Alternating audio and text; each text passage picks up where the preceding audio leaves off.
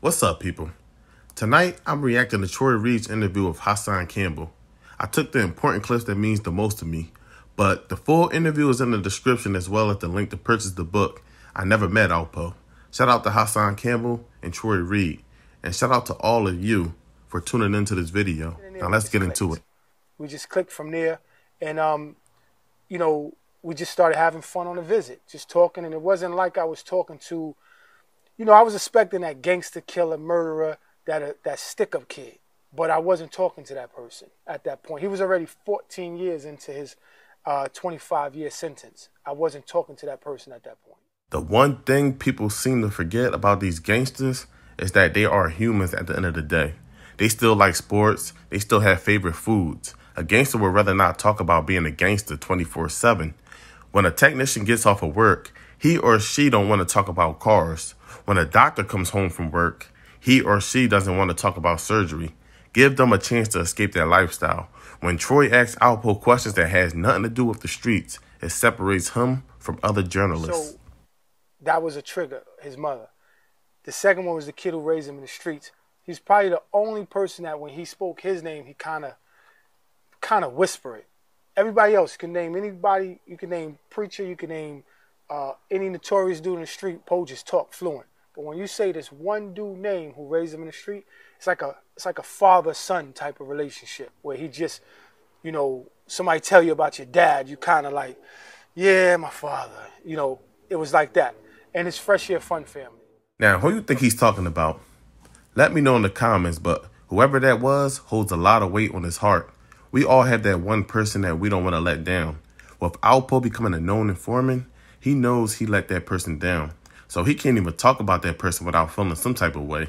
In the movie Godfather, Frankie was going to testify against Michael Corleone. All it took was Michael Corleone to bring Frankie's brother. All the brother did was give him that look that made him change his mind about testifying. Living with the fact that you disappointed the person you look up to and respected will kill you with that alone. I've come across old school gangsters that'll tell you straight up and down, kill all rats. They all say the same thing. Alpo was the one exception. Let me tell you this. I would never in a million years make an excuse for a person that killed 14 people and did the things that he did. There's no way. Alpo told me numerous times, little bro, don't ever defend Alpo. Don't ever defend Alpo. I know who Alpo was. He was a bad man that had to do what he had to do in that game. This is his words. So, and me personally, I would never, it's nothing I can tell 14 families. Now, times have changed a lot. I remember when someone ratted, you wouldn't even look their way. One thing about these streets is that the rules change every day, so I don't see why guys want to be a part of it. Look at the guys around Tekashi 6ix9ine, just because he has the bag. There's guys around him that's wearing ski masks to protect their identity. But at the end of the day, if you was a real friend, you wouldn't be ashamed. Now, most people's favorite character on The Wire is Omar. They love how he moved and love how he went to war, but seems to forget he testified against someone. They call him every word in the book but a rat. There's no rules. And Poe, he said this adamant too, and I wrote this in the book. I spent my whole life making men in my life God. Meaning the dude who helped make him a beast, he was God in his life. All the drug dealers that was before him, he looked at him like, yo, whatever they say to play the game, that's the way I'm going to play the game. He says, but Troy, when I was with them, they was always making the rules work for them. There was really no rules. They just, if they said don't bang somebody's girl, they was banging somebody's girl. They said this one you shouldn't kill, they wind up killing somebody that was close to that person. On and on and on. They secrets ain't out in the world. But there was, he says, when I look back, there was truly nobody really keeping the rules. The rules was bent based off of that top drug dealer at that time. And he says when he had to make his decision, he understood that what rules. So that was his perspective of the way he felt about his decision that he had to make for himself. Rules, rules, rules. People are as loyal as their options. A guy can say he would never sleep with your girl, but what if the opportunity presents itself? What if she approached you? People say they never snitch, but have you ever been in a situation when you was looking at 20 years in prison? Now, you When see we where I'm got going? there, at this point, he had been home for like 3 years, 2 years. So when we got there, he fell into the character of Alpo. So in the van, it was a crew of us. In the van, it's like 6 or 7 guys. So he was more like, not trying to impress nobody or nothing like that, but he was being Alpo. And I was looking for Albert to explain this tour we on, this journey we on. And he wasn't doing that. He wasn't like being sympathetic like he was when he was in prison. He was other times we talked about it.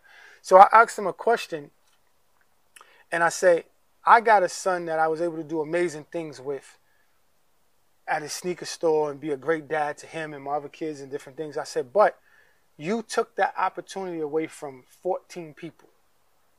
That bothered him, that triggered him, because Alpo was like, what you mean? Like Alpo wanted to defend himself. Albert would have said, yeah, I know, Troy, I know what I did was wrong. That's what Albert would have said. That's what Albert said on the visit 1,000 times.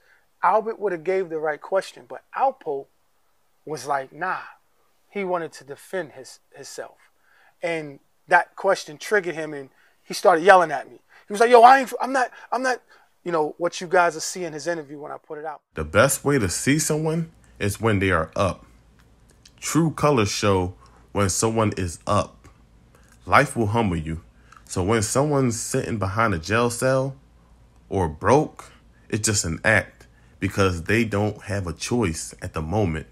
But as soon as things get better, watch them change. If I ever got the chance to, the one question that I would have to ask him is like, did you get a chance to ask him, is, why did he make the decision on Rich Porter knowing that man brother was missing?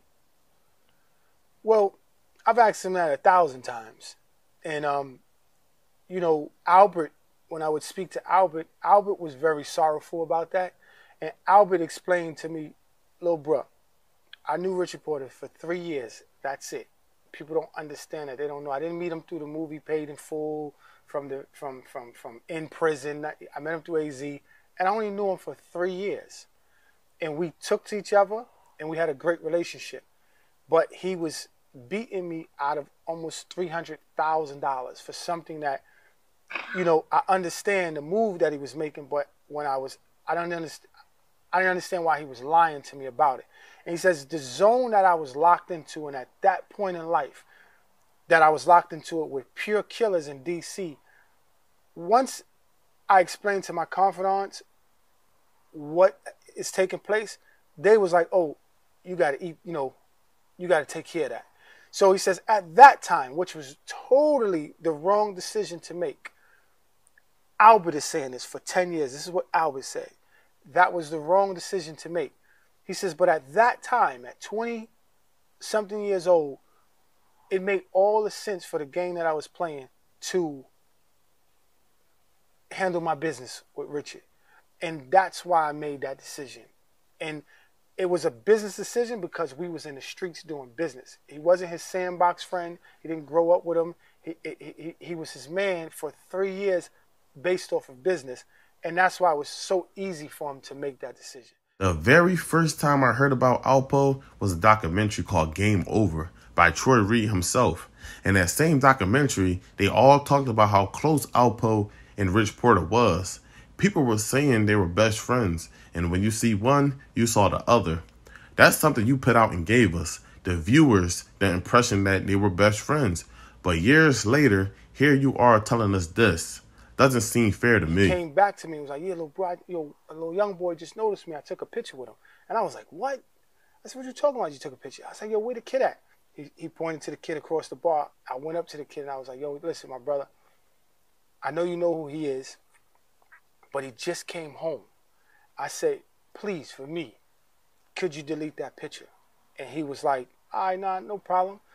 But we was like, could you delete that picture out of your deleted pictures to make sure that picture's gone? And he did. He showed us that he deleted out of it. And me and Poe walked away. And I asked the kid, did he want me to buy him a drink or anything? He was like, nah, I'm good. I respect what you're saying. And when me and Poe walked away to the side, he was like, "Little bro, why you why you made him delete that picture like that? I was like, yo, you don't understand the power of social media. You don't understand that picture was about to go viral. That picture, he said, yo, he was more oblivious. He was more like, you think people care about me like that? I said, big bro, trust me, less than 15 minutes you would have been around the world from that picture. And he liked that. You know, that triggered a little bit of Alpo, because that night, that kid must have started whispering to people about, yo, that's the kid from Paid in Full. So they, because they was younger, they was referencing him as the dude from Paid in Full, not Alpo, the dude, the real guy from Paid in Full. And you just saw the whole energy of that little bar shift. And now when everybody walk by, they're looking at him. They're paying attention to him. Different people keep trying to talk to him. And he liked that energy. And instantly he liked that energy. And that was probably one of the first times that I got a glimpse to see Alpo. Now, that's a real friend. A real friend will protect you from the crazy world and also protect you from yourself.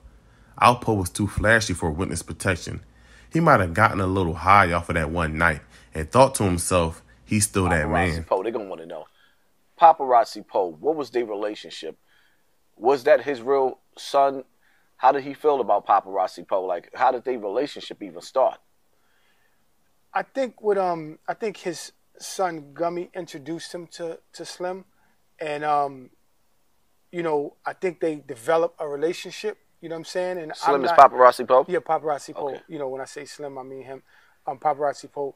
And I am not one to say if that's his dad or that's not his dad or whatever, but I think that he definitely had a relationship with Poe. And I can say that to the extent of that relationship, you know, that's a whole nother thing. You know what I'm saying? And that's not really my business and my lane to comment on and do all that, so I'm not interested in that. But you know, that's something that you would have to go to his son or his family and ask that question. Answering that question, he kept it very professional. We all don't know if that's his father or not, but he didn't want to offend anyone. He didn't give his opinion and share what he thought on the situation because of respect. Did Alpo come home to some money, and was he living? Well, I wrote about that in a book. Alpo came home to a very comfortable life. And in the book, I wrote detail for detail of how that life was. And it's not the same way that a regular dude come home from a program. It's two different worlds. From the way a regular dude come home from doing a 30-year federal sentence to the way he came home. He came home and it was sweet. And he had money, he had a business, he had a job, he had everything going for him. No two ways about it. So, but as far as people be saying, yo, he came home to a bag, that's a lie. That's a lie. He came home and niggas is blessing him and niggas is giving him thousands. That's a lie. That's a lie. Everything he had was because of what he did, and the government gave it to him. And then from that point on, he built on it. But as far as somebody saying, yo, he came home for a bag, that's not true. And he wasn't hurting. He wasn't starving. He didn't need money like that when he came home. He was good. He was in a place that, you know, it was kind of, to be honest with you, why would you leave that place? Why would you leave that place? He was better than dudes that been home the whole 24 years. So, you know, as far as him, his aviance or whatever, you know, his aviance wasn't that much different from what people saw on camera. Like, he was doing really well for himself. First of all, Troy Reed can't even answer that question. You can't speak on what another man have in his pockets. One of the codes Alpo lived by is to never let someone know how much you're holding. He most likely could have had money in the tuck somewhere. He probably told the feds how much he had, and he had to turn some in. But he's smart enough to give them a low number. Death. Mm-hmm. A lot of people feel like he staged his death because Alpo's legend is so big. He couldn't have died. There was no blood in the seats. Mm-hmm. And nobody got nothing on camera. So, like, what happened? How did this play out with Alpo? How did he die? I have two reasons why he didn't fake his death. I still can't believe why people still think this, but the first reason is he's too flashy. He want to have fun. He did over 20-something years. He don't want to be isolated from fun. And the second reason is the FBI wouldn't spend taxpayers' money to fake Alpo's death of all people. I saw that journey. I saw that journey with my own 2 eyes. I saw that journey. I witnessed it. And all the way from the moment he found out he was getting out of that witness protection program, he called me, "Little bro, I'm coming home. I'll call you right back. I'll call you right back and as soon as I can make my next call." Click. I went on all of those calls with him. So he wasn't normal. So we fell out because of that. Because I couldn't watch him just try to be normal when you're not normal. And in the book I wrote that. He always say, "Little bro, I'm walking in my truth as Alpo." No, you're not, big bro. Your truth is in Maine.